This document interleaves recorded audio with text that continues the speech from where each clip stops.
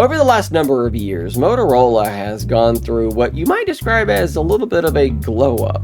We saw their sales numbers slowly dip and dip and dip. People cared less and less and less for that brand, to the point that Motorola basically exited the premium phone market temporarily, focusing on their cheaper, more budget-minded devices, before eventually re-entering that market with devices like their Moto Razr line.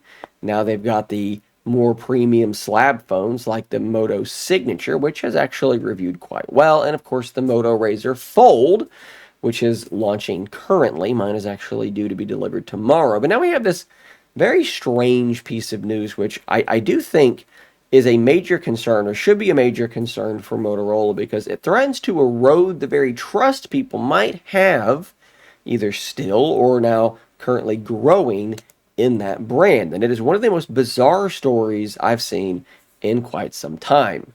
If we jump over to 9 to 5 Google, they have the scoop on this. Motorola phones have started hijacking the Amazon app to insert affiliate codes. This is an absolutely bizarre assertion. Let me quickly just explain to you what affiliate codes are, just in case maybe you are unfamiliar. So Amazon has this affiliate program, and once you're signed up for it, you're going to get this little stripe at the top of your website. It's also present in the app.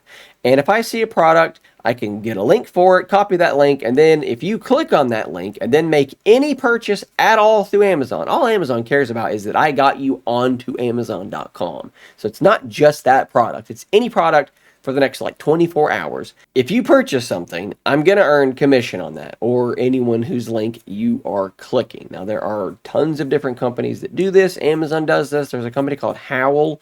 Maybe you've noticed right around the time that Samsung launches new phones, a lot of the tech influencers who had been ragging the lack of updates, the sensors, all these different things that they found wrong with Samsung phones, suddenly will make social media posts talking about how great they look, and then they have a link at the bottom to go buy the phone, and they don't disclose like what is going on with that link. That's because they're earning commission off of that. You see that a lot. And that is, by the way, a breach of the terms of service of these sorts of programs. You have to disclose that it is an affiliate link. Unfortunately, nothing ever happens to these people. They don't get kicked off the program.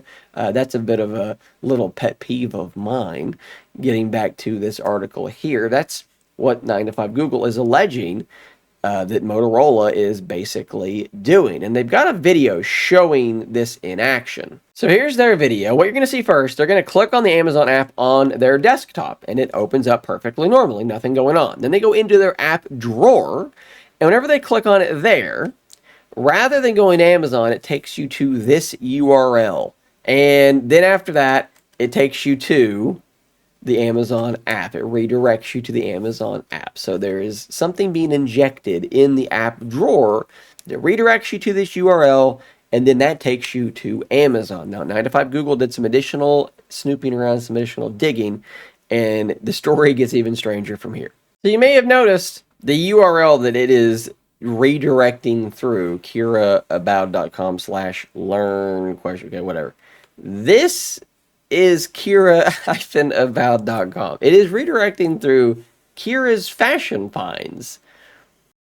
It's pretty weird. 9 to 5 Google is asking, I think, the primary question. Why would Motorola try to hijack Amazon affiliate revenue and pipe it through a fashion influencer? We don't know. It's all very strange and makes little sense. I also think that it makes very, very little sense. You have a couple of options here to explain what's going on. One, Motorola is doing something incredibly scummy, incredibly shady, and incredibly stupid, which seems fairly unlikely to me. You have option number two, someone inside Motorola is doing something very, very strange and stupid, trying to rake in potentially millions of dollars out of this little scam of theirs, but that doesn't really explain the connection with Kira's fashion finds. Or option number three, which is that in some way the Smart Feed application, there's a server-side something going on, and that has been compromised, and Kira's fashion finds have also been compromised. Notice that that link, there is no link to that about page anywhere on their website. And if we go back to 9 to 5 Google, they did some good snooping around here. This exact URL isn't listed on their social media, and the codes don't match up either. They looked to see some of the other affiliate links they had posted, and none of them had that affiliate code. So this is an affiliate code not associated with Kira, and of course not associated with Motorola in any way. So what if a hacker basically compromised the smart feed application through some sort of server-side something? They compromised a fairly large social media influencer and got a little page on their website tucked away that they probably don't even know is there, which redirects through their affiliate link, and they're just sitting back and raking in money. That, to me, feels like the most likely scenario. You might call that, as the kids say, a cope, because I did just spend $2,000 on a Moto Razr Fold, and I really don't want to think that Motorola is doing something this incredibly short-sighted, something that would so rapidly erode any trust anyone has in this company. That would be such a stupid thing to do for what on the corporate scale would not be that much money, really. I guess it is free money, but still, this just seems like something too stupid for even Motorola to try and do. I think the more likely answer is Kira got hacked and Motorola got hacked in some way. Now, that is obviously speculation. Now, luckily, this is not hitting every device. 9 to 5 Google said one of their phones isn't doing this. My Moto Razr Plus is also not doing this. I'm going straight into the Amazon app. But if you want to make sure that you're safe here, all you got to do is go into your settings, go down to apps. You're going to then click on see all apps and then search for Smart Feed and just disable this program altogether. Apparently that is the app that is doing the misbehaving, and I don't see any change in the way that my device is behaving. My app drawer works fine. The search function works fine. Not sure what that app is there to do other than apparently hijack your links. Now, I would be remiss if I did not mention where this sort of came from. This was discovered 13 hours ago by this particular Reddit user. You can read what they wrote here, but they basically kind of noticed that this was happening.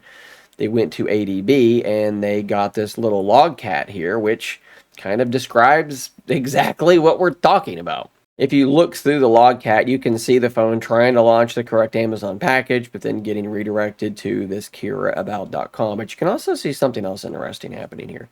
So they say they used some network sniffing, and they found lots of pulls from DeviceNative.com. Now, DeviceNative is not mentioned in the logcat anywhere, but DNA Helper is. And I think there's a chance that what that could represent, what that means is Device Native Assistant.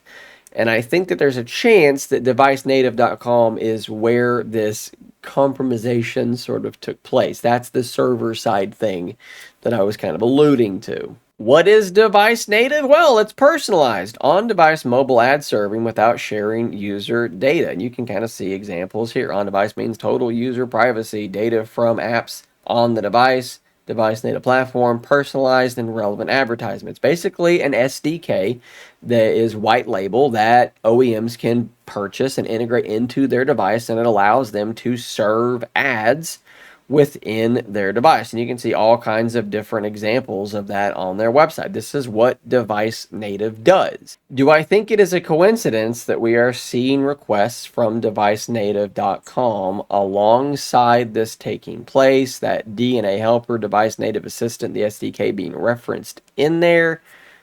No, I don't think I do.